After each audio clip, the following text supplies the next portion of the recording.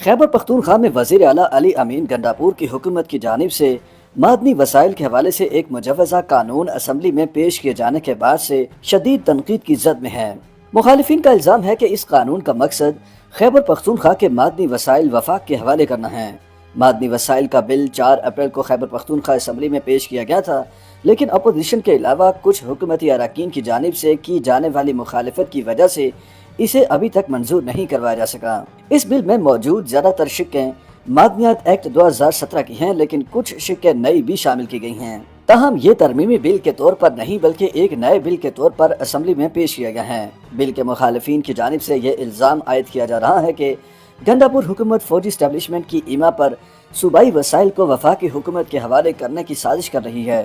چنانچہ وزیر اعلیٰ خیبر پختونخوا علی امین گنڈاپور بھی تنقید کی زد میں ہیں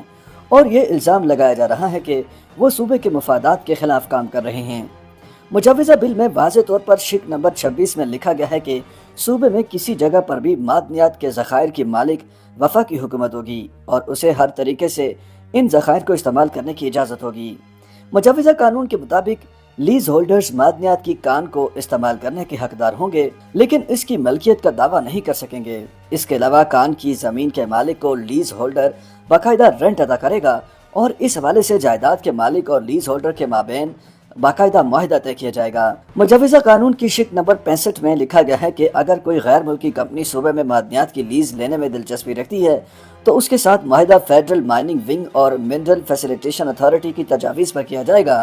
یعنی یہاں بھی اختیار صوبائی حکومت کا نہیں بلکہ وفاقی حکومت کا ہوگا۔ یاد رہے کہ صوبہ خیبر پختونخوا کے معدنیات ایکٹ 2017 کے تحت کسی بھی معدنیات کے ٹھیکے کا لائسنس محکمہ معدنیات میں لائسنسنگ ڈائریکٹوریٹ جاری کرتا تھا، جس میں معدنیات سے متعلق تمام بڑے اور چھوٹے منصوبے شامل تھے۔ تاہم نئے مجوزہ قانون میں بڑے اور چھوٹے منصوبوں کی لائسنسنگ کا طریقہ کار تبدیل کیا گیا ہے اور اب بڑے منصوبوں کے ٹھیکے دینے کے لیے ایک لائسنسنگ اتھارٹی کا قیام عمل میں لایا جائے گا۔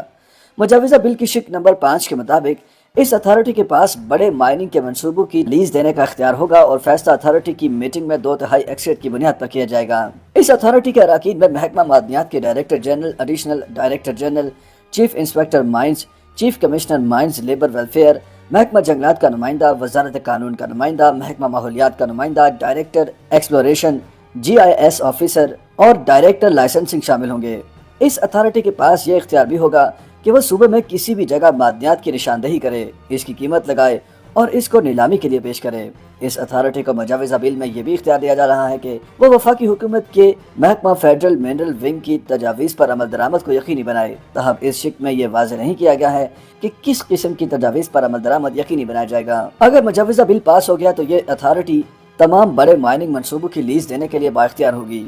اس کے علاوہ خیبر پختونخوا اسمبلی میں پیش کیے جانے والے مجوزہ بل میں ایک کمیٹی بنانے کی تجویز بھی دی گئی ہے جو مائننگ کے لیے لیز پر دی جانے والی زمین سے جڑے مسائل حل کرے گی۔ کمیٹی کو یہ اختیار حاصل ہوگا کہ وہ کسی بھی لیز شدہ زمین میں مائننگ کے دوران پیش آنے والی رکاوٹوں کو دور کرے اور زمین کے مالک اور لیز ہولڈر کے مابین تنازعات حل کرے۔ مجوزہ قانون کے تحت خیبر پختونخوا میں معدنیات سیکٹر کی ترقی کے لیے منرل انویسٹمنٹ فیسیلیٹیشن اتھارٹی قائم کی جائے گی جو اس سیکٹر کی ترقی کے لیے کردار ادا کرے گی۔ اس اتھارٹی کو خود یا وفاقی حکومت کی تجاویز کے مطابق لیز ایگریمنٹ میں تبدیلی، فیس، رینٹ اور رائلٹیز میں تبدیلی، نیلامی کے دوران سیکیورٹی ڈپازٹ میں تبدیلی، معدنیات سیکٹر میں سامان بیرون ملک سے درآمد کرنے پر ٹیکس میں رعایت اور صوبائی لائسنسنگ اتھارٹی کے طریقہ کار میں تبدیلی کا اختیار ہوگا۔ تاہم خیبر پختونخوا میں عوامی نیشنل پارٹی نے مجوزہ قانون کی مخالفت کرتے ہوئے اس کو مسترد کر دیا ہے اور اسے صوبائی وسائل پر قبضہ قرار دینے کی ایک چال قرار دے دیا ہے۔